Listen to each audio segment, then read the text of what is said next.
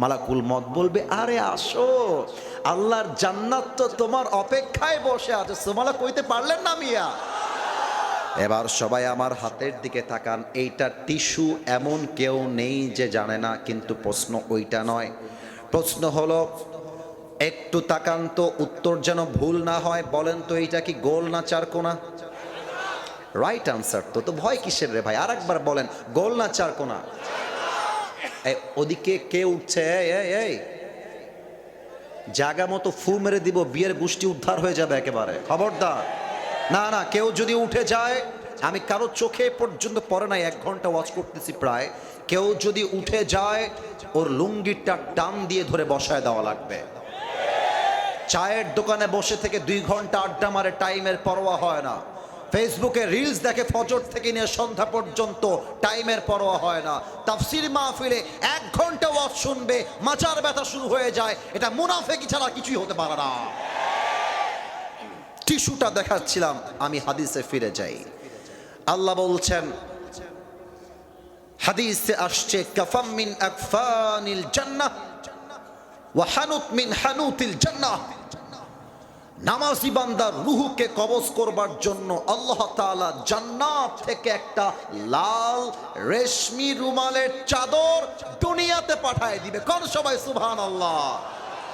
এটা হচ্ছে নামাজি বান্দার মরণ। কিন্তু বেনামাজির মৃত্যু বড্ড ভয়ঙ্কর হবে। যেই বাবারা তাদের সন্তান বেনামাজি, যেই মায়েরা এখনো বেনামাজি, মায়েরা বোনেরা আপনার কান খাড়া করবেন। অনেক মেয়ে আছে দেখবেন নামে পর্দা করে, কাজে একদম জিরো। আর মেয়েদেরকে বলবো, বোরকা পরলেই দিনদার হওয়া যায় না। কারণ মমইন পার্কে যেই মেয়েগুলো বয়ফ্রেন্ড নিয়ে প্রেম করে বেড়ায়, তার 80% বোরকাওয়ালিরাই প্রেম করে বেড়ায়। যুবক ভাইরা আমার, দেখো বেপর্দা মেয়ে, অশ্লীল মেয়ে, যেই মেয়েরা টিকটকে দেহ দেখিয়ে নেচে বেড়ায়, যেই যুবকরা পর্নোগ্রাফিতে আসক্ত, যেই মুরব্বী বিড়ির নেশায় আসক্ত, তার মৃত্যু কত ভয়ঙ্কর হবে। Now I am going to talk about on this matter. Please pay your attention, look at me and listen to me with such a rapt attention। মনোযোগ দিয়ে শুনবেন, একটা কথাও যেন কানের পাশ দিয়ে পাস না হয়ে যায়। বেনামাজি বান্দার সামনে যখন মালাকুল মউত আসবে, আমি একটু মাইক থেকে পেছনে যাচ্ছি, কথাগুলো বুঝতে একটু প্রবলেম হবে, বাট আমাকে দেখলে বুঝতে কোনো প্রবলেম হবে না। আমার দিকে একটু তাকাবেন সবাই। বেনামাজি শুয়ে আছে, মনে করেন কথার কথাটা পরিস্থিতি, একটা এক্সাম্পল দিচ্ছি। শুয়ে আছে, হঠাৎ করে দেখবে এক বিশাল বড় আকৃতি তার সামনে দাঁড়িয়ে গেছে। কেমন হবে দেখতে? হাদিসা, উখরুজি ইলা গদাবিল্লাহ। হে বেনামাজি, বের হ, বের হ। একটা ধমক দেওয়ার সাথে সাথে বেনামাজি রুহটা যখন বের হবে, একবার ডান দিকে দৌড় দিবে, বাম দিকে দৌড় দিবে, পেছনের দিকে দৌড়ে পালাতে চাইবে। এবার আমার বাম হাত দেখেন, look at my left hand.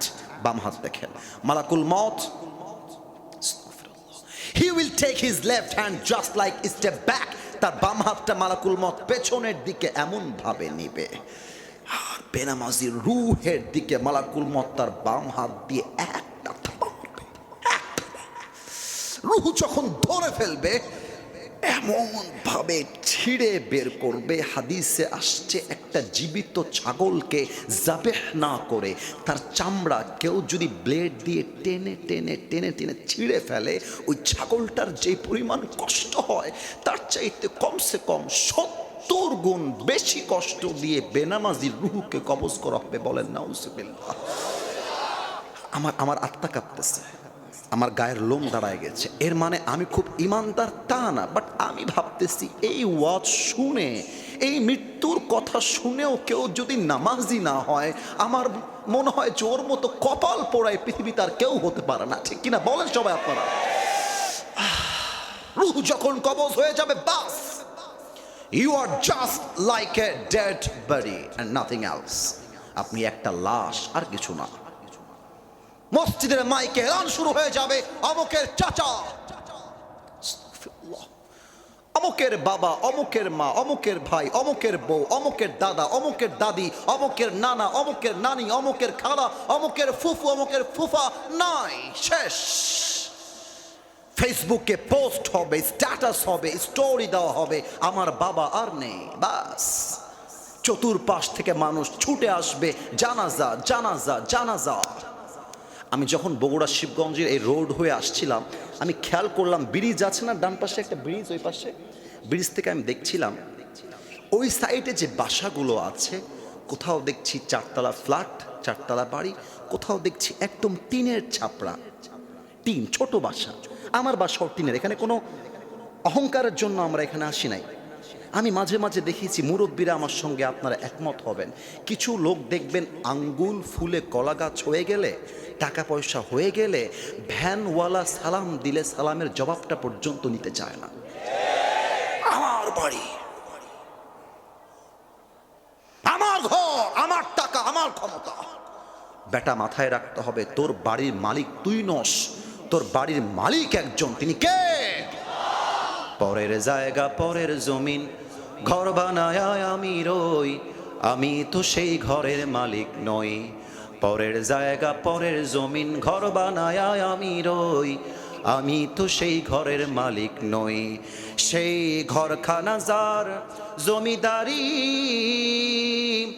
আমি পাই না তাহার হুকুম জারি, আমি পাই না জমিদারের দেখা, আমি পাই না জমিদারের দেখা, মনের দুঃখ কারে কই, আমি তো সেই ঘরের মালিক নই। ঘরের মালিককে আরো জোরে বলতে হবে সবাই মিলে, তিনি কে?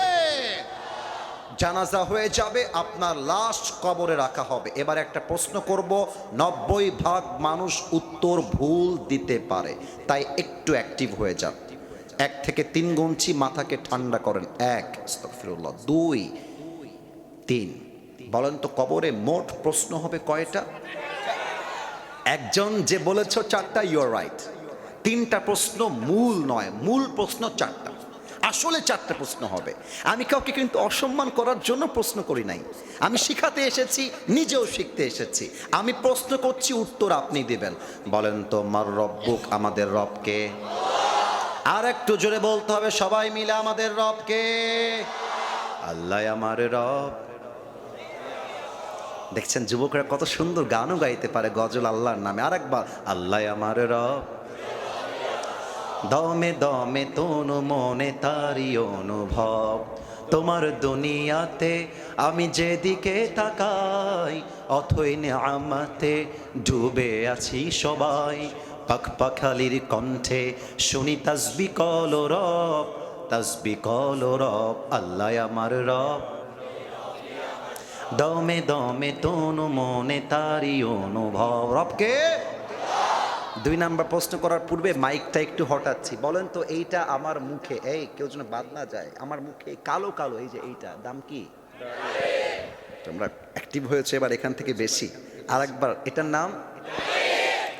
আমাকে পাম দিলে কিন্তু খবর আছে। যা যা বলবেন মুরব্বী যুবক, মন থেকে বলবেন। আসিফ হুজুরকে খুশি করতে হবে তাই বলবো? No, it's not like that.